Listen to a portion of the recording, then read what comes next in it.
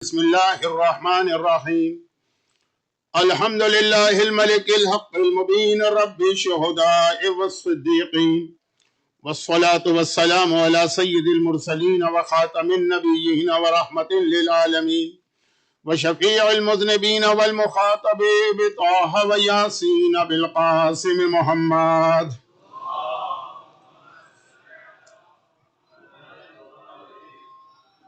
وآله وعترته الطيبين الطاهرين المعصومين المظلومين الذين أذهب الله عنهم الرجس وطهرهم تطهيرا.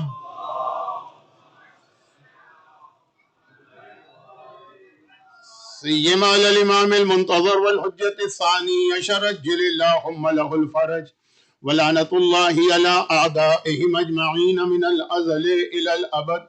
أما بعد فقد قال الله عز وجل في كتابه المبين وفرقانه المتين وقرآنه المجيد وقوله الحق وهو أصدق القائلين. بسم الله الرحمن الرحيم يا أيها الذين آمنوا ادخلوا في السلم كافة وقال قل إن صلاتي ونسكي ومحياي ومماتي لله رب العالمين.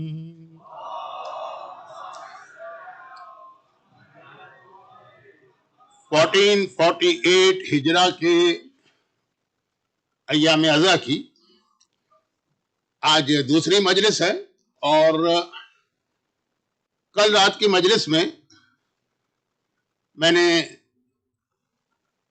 اعلان تو یہی کیا تھا کہ آج کی مجلس سے ہم اپنے اس ٹاپک یا سبجیکٹ پر آ جائیں گے جو میرے ذہن میں ہے، لیکن کل جو باتیں ہو رہی تھی بالکل آخر میں جا کے وہ انکمپلیٹ رہ گئی تھی، تو اور اس وقت جو کچھ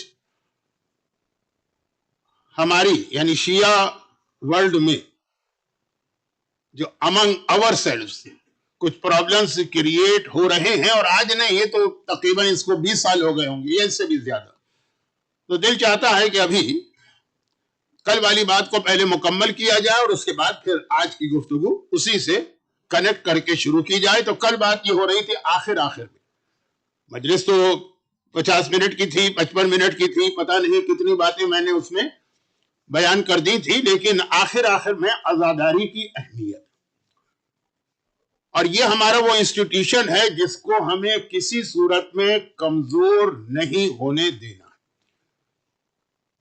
اچھا، بعض لوگ، کل بھی میں نے ایک جملہ عرض کیا تھا کہ بعض لوگوں کی انٹینشن بہت اچھی ہوتی ہے، وہ سنسیئر بھی ہوتے ہیں، لیکن خالی اچھی انٹینشن اور خالی سنسیئرٹی اور خالی خلوص کافی نہیں ہے جب تک کہ آدمی کے پاس پراپر نالج نہ ہو اور اس کے پاس ایک خاص قسم کا ویژن نہ ہو. ہمارے یہاں اردو لینگویج میں